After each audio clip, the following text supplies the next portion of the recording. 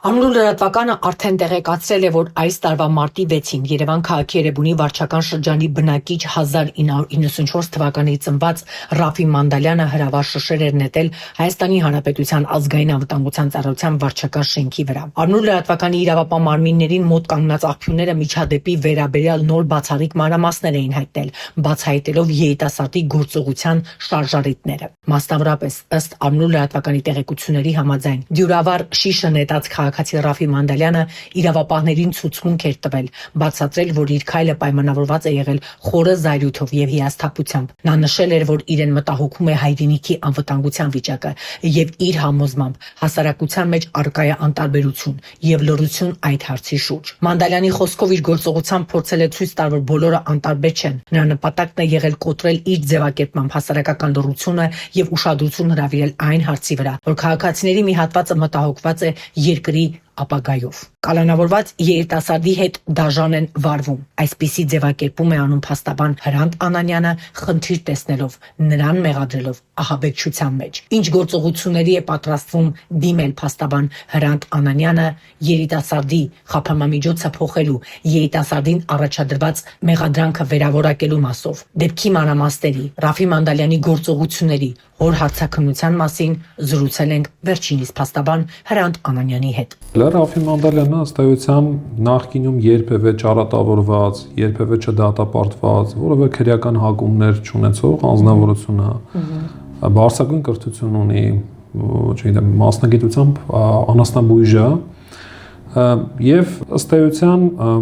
այս գործը ըստ էության վերնագրվել է որպես ահաբեկչություն իրավապահ մարմինների կողմից։ Դե ահաբեկչության ոչինչ չկա, որտեղ ահաբեկչության հանցակազմը այն ինչ որ նկարագրված է քրեական անձգրքում, եթե մենք վերլուծում ենք ու համադրում ենք այս գործով փաստերի նկատմամբ, տեղի ունեցածի նկատմամբ, բացարձակ ահաբեկչություն չկա այստեղ։ Կա ճիշտ է հարկիզման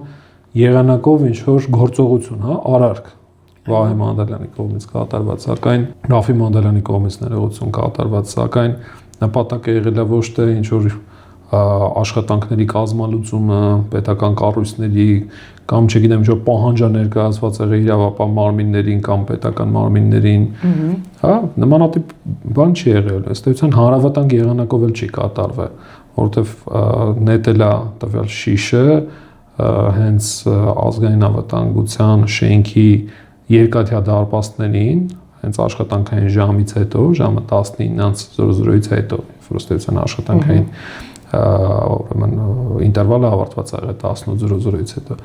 Նպատակը եղել է, ասում եմ, որ հոգեճնշող իրավիճակում եմ ես գտնվել, ուզեցել եմ հասարակության ուշադրությունը հրավիրեմ, որ երկիրը վտանգի տակ է ու անտարբեր վերաբերմունքից ըստ էության բոլորը արթնանան։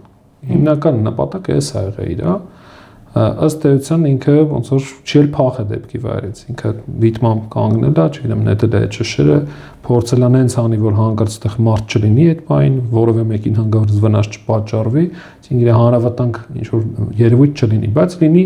նաև արտառոց, նաև լինի ուշադրություն գրավող, բայց ոչ թե լինի ահաբեկող։ Հետևաբար, երբ նայում ենք, հա, առաջին հայացքից մեքենաներ էին անցնում դեռ աշխատանքային ժամի այդ եռուզերներ ու այդ փողոցի այդ հատվածում, ամեն դեպքում հրավառ շշերը նետել ուժային թիվ 1 կառույցի ուղղությամբ, հասարակության շրջանում տարբեր էին կարծիքները, որ ինչու պետք է երիտասարդ իրեն նման քայլ թույլ տա, բողոքի այլ ճանապարհներ, այսպիսի քննադատողական ուժային կառույցի նկատմամբ նման դրսևորումը անթույլատրելի է։ Այսպիսի որակումներ էին տվել։ Նայեք, ես ասում հետևելը, խնդիրը հետևելն է, որևէ մեկը պնդում չի անում, որ նրա գործողություններում հանցակազմ չկա, այստեղ այլ է հարցը, որ եթե հանցակազմ կա, չի նշանակում, որ դա ահաբեկչությունն է, այսինքն եթե կա հանցակազմ, կարելի է դիտարկել նրա գործողությունները, գույքի դիտավորել ոչնչացման կամ օրինակ հասարակական կարգի խախտման համատեքստում, օրինակ հուլիգանության համատեքստում,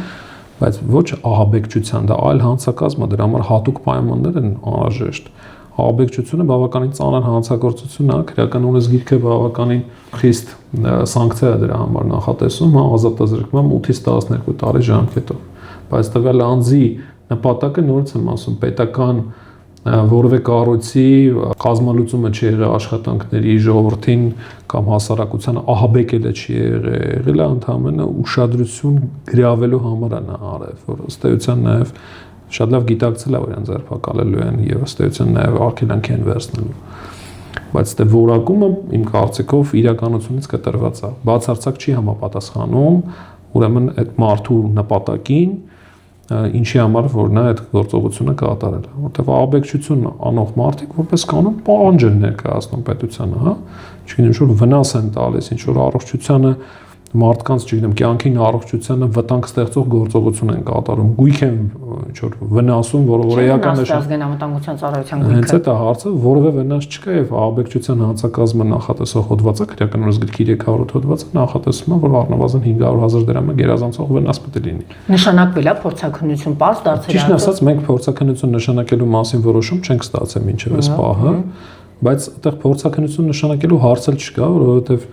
ես դեպքից ընդամենը մի քանի օր անց եղել եմ ազգային անվտանգության շենքի տվյալ ուրեմն դարպասների մոտ, այնտեղ ըստ էության դարպասներին ոչինչ չի եղել, այսինքն սկզբի օրը որոշակի մուր ա եղել դարպասների վրա, որտեղ դրանք մետաղական են, այնուհետև երևի լվացել են դարպասները, իրենք որևէ ձևով վնասված չեն։ Այդքանը եւ ակնհայտ է, որ այստեղ 500,000 դրամը գերազանցող վնասի մասին խոսք լինել չի կարող, իսկ քրեականորոշ գրքի 300 հոդվածը ըստ նախատեսում է դա,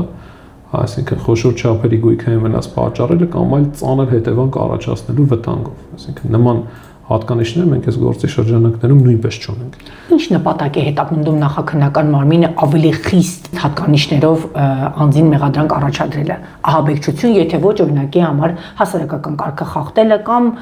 որոշակի խուլիգանական գործողություններ իրականացնելը, այդպիսի մեղադրանք չի առաջադրում, այլ գնում է ահաբեկչության ճանապարհով։ Ես տրամաբանությունը անկեղծ ասած չեմ տեսնում դրա մեջ,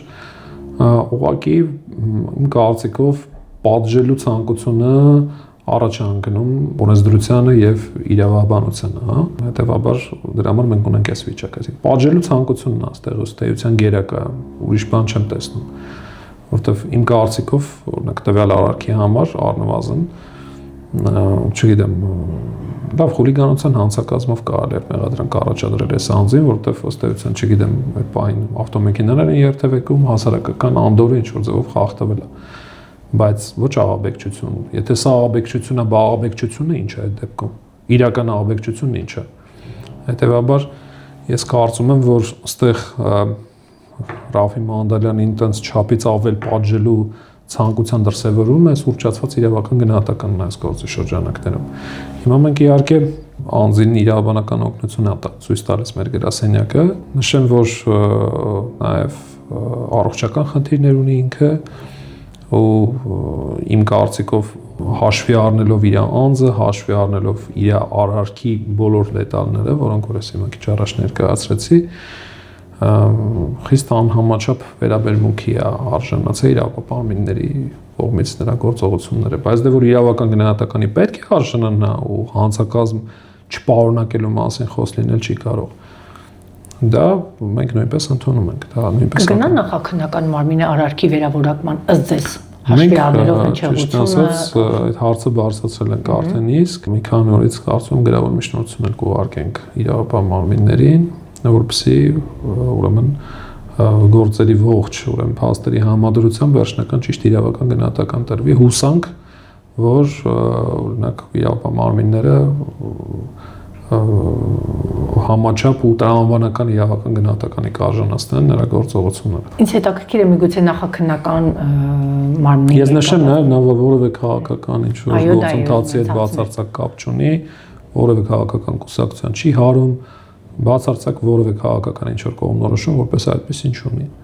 Բացարձակ այս գործով չկա տենց հանգամանք։ Պարոն Անանյան, իսկ պլանավորման ընթացքը հենց այդ օրը որոշել է ու գնացել է այդ գործողության, թե պարզապես տենց նախապես է պլանավորել մի քանի օր շարունակ մտորել է դրա մասին։ Բուն նպատակը նշել է, որ իր մեջ ուղղակի ինչ որ կուտակված, ինչ որ հույզեր կան ու զուտ պայմանավորված երկրի ներկա վտանգով, հա, երկին սպառնացող վտանգով, հոգեճնշող ուրեմն տրամադրություն է ունեցել, չգիտեմ, սրանով է պայմանավորված իր գործողությունները, բնականաբար նույն օրը չի որոշել, մի քանի օր մտածել է այդ մասը։ Քրեական բարույթի շրջանակներում հրապարակվել էինք մեր տեղեկություններով, որ հայրը հարցաքնվել է, թե ոչ կուզենամ անձամբ ձեզանից։ Այո, հարցաքնվել է, որոշակի տեղեկություններ հայտնել է, բայց բնականաբար տեղեկությունները հիմա չեմ կարող հրապարակել ես։ Սպասելիքները եւս մեկ անգամ հստակեցնեմ նախաքննական մամլից հաշվի առնելով այն ավելի խիստ մեղադրանքը, որ առաջադրվել է երիտասարդին, ինչ սպասելիքներ ունեք հաշվի առնելով այսօրվա արտադրության ոլորտում այն մտահոգությունները։ Ես սպասելիքս ամեն դեպքում այն է, որ պետք է ի վերջո ճիշտ իրավական գնահատականի արժանանա նրա արարքը։ Ու համակողմանի քննություն կատարվի ու ի վերջո իրավապահ մարմիններն էլ հավաստիանան, որ այո տվյալ անձի գործողությունը աբեկչության հետ կապ չուներ եւ աբեկչություն կատարելու դիտավորություն չի ունեցել այս անձաստեղծություն։ Դիտավորությունը էական նշանակություն ունի այստեղ։ Թեև իր արարքի արտաքին դրսևորումը նույնպես աբեկչության նշաններ չի պարունակվել։ Զուտ հրկիզումը ինքնին աբեկչություն չի։ Դες լիներ ցանկացած հրկիզում պետք է վերնագրվեր որպես աբեկչություն։ Եվ ես կարծում եմ նաեւ ճիշտ էլ չի առանց այդ փաստերի արկայության շտապել աբեկչություն որակել։ Իմ կարծիքով դի նվազագույնի սկզբունքով առաջնորդվեին իրավապահները, ոչ թե առավելագույն ենթադրություններով, հա, առավելագույնի վնաս անձի ենթադրություններով իրավական գնահատական տային։ Ես հուսով եմ, որ իրավապահ մարմինները ի վերջո գտնվեն ավելի երևի հավասարակշռված վերաբերմունք կդրսևորեն, ուրեմն տվյալ դեպքին եւ տվյալ անձի իրավական վերջնական գնահատականին։ Պատրաստվում եք առաջիկայում համապատասխան վերավորակման մասով գրություն ուղղակի նախաքննական, այո, նախապատրաստում ենք, ուղղակի քանի որ դեռևս փաստական տվյալներ էր հավաքում, չէինք ուզում շտապ էինք այդ միջնորդությամբ, որովհետեւ ի վերջո նախաքննությունը սկզբնական փուլում է։ Ես ուղղակի ուզում եմ նաև նշեմ, որ նույնիսկ Վայե Մանդելյանը տրամադրել է իր հեռախոսը, տրամադրել է գաղտնաբառը, որպեսզի իրավապահ մարմինները զննեն, ուսումնասիրեն, նոր տեսնեն որևէ ինչ որ այլ անձի կողմից ուղղորդված անձ չի ինքը, որևէ չգիտեմ, այլ դիտավորություն չփնտրեն, քան այն ինչ որ ինքը նշում է իր գործողությունների վերաբերյալ։ Շատ հազվադեպ պոտենցիալ նոր մեղադրել է տրամադրում իր հեռախոսը գաղտնաբառով հանդերձ, որպեսզի իրավապահ մարմինները որ կարողանան ողջ հնարավորությամբ եւ գործիքակազմով ստուգեն։ Իսկ թե ինչ են հայտնաբերվել հեռախոսում, ձեզ դեռ հայտնի չի այդ մասին։ Ուրեմն դեպս ըստ էության աբեկչությանը վերաբերելի որևէ նյութ չի հայտնաբերվել հեռախոսի մեջ։ Դա վստահ կարող եմ ասել։ Ես ձեր ուշադրությունը հրավիրում եմ նրան նաեւ, որ ԱԱՑ-ի շենքը